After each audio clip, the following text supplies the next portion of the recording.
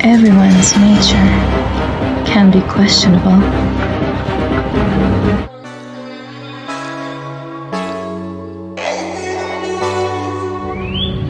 Hi guys, so today I wanted to talk about nature and idioms related to the word and the two definitions of nature. So nature, the first definition is trees and flowers, our environment, what we see around us, nature, right?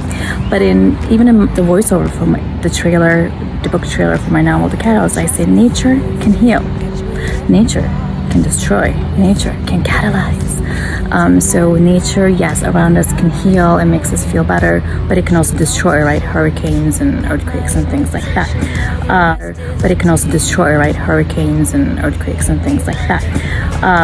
But nature also can change us, can catalyze us, and that's where the novel's themes come in. But that's another video. So in terms of idioms, nature also has a second definition. The word nature refers to our personas, our personalities.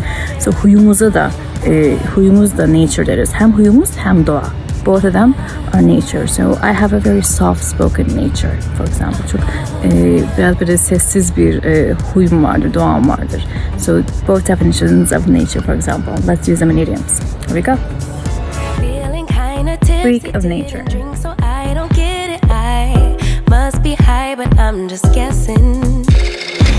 Call of nature. I hear the call of nature. I have to use the bathroom. Nature calls.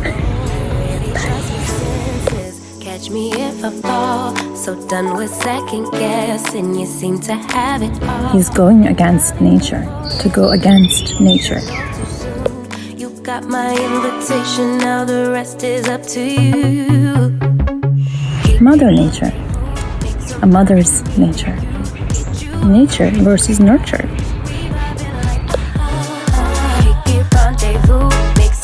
For me and you, get together, you and I. Second nature. This is so easy. It's like second nature to me. Ha ha ha.